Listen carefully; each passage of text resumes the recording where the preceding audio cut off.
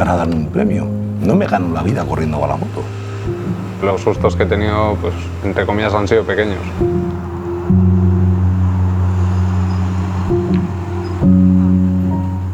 ¿Cuánto tiempo llevas andando con motos grandes? Con esta 4 años. ¿Tú cuánto llevas andando en moto? Yo años y años, ya más de 20 años llevo andando en moto. ¿Y tú con la tuya qué?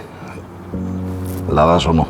A todos nos gusta correr, ¿no? Y pues al final, si tienes moto grande, de vez en cuando pues también hay que tener un poquito de cabeza. Sí, no hace falta correr para disfrutar de la moto.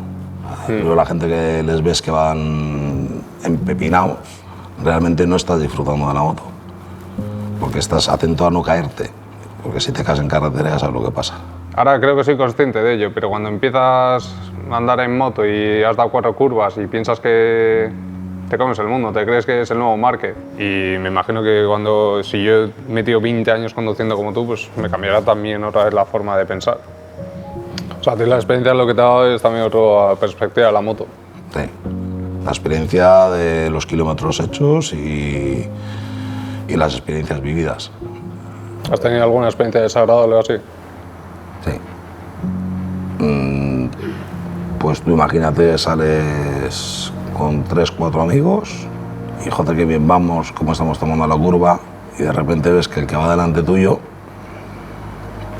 le patina la moto Y no volver a casa. y el lunes de entierro.